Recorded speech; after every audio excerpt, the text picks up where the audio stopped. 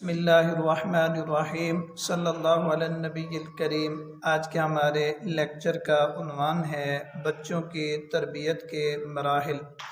محترم سامعین، اصحاب سیر نے احادیث کی روشنی میں لکھا ہے کہ بچوں کی تربیت کے دو مرحلے ہیں۔ ایک مرحلہ پیدائش سے پہلے کا ہے، دوسرا پیدائش کے بعد کا ہے۔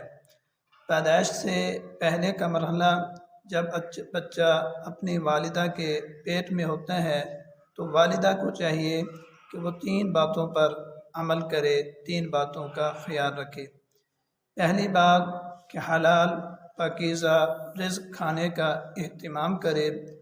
دوسری بات تمام مکروہات، ممنوعات، محرمات سے دور رہنے کا اہتمام کرے۔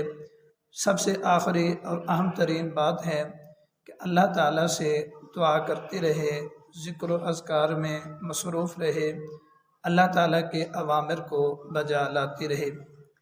یہی وجہ ہے نبی اکرم صلی اللہ علیہ وسلم نے ارشاد فرمایا، السعید من سعید فی بطن امہ والشقی من شقی فی بطن امہ۔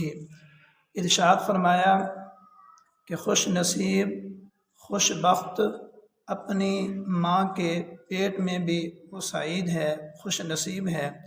بدبخت وہ اپنی ماں کے پیٹ میں بھی بدبخت ہے، بد نصیب ہے۔